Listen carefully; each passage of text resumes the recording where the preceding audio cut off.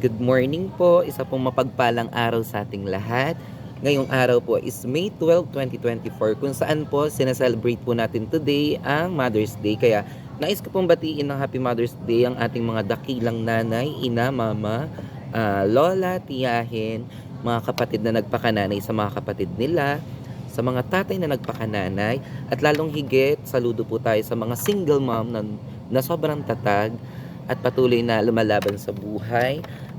Wish ko lang po ay biyayaan pa kayo ni Lord ng malakas na kalusugan, maraming maraming blessing at mahabang buhay.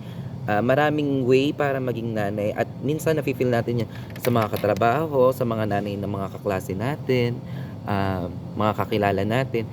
Kaya thank you po sa mga nanay dyan na itinuturing na anak yung mga kahit hindi naman talaga nila tunay na anak or kadugo.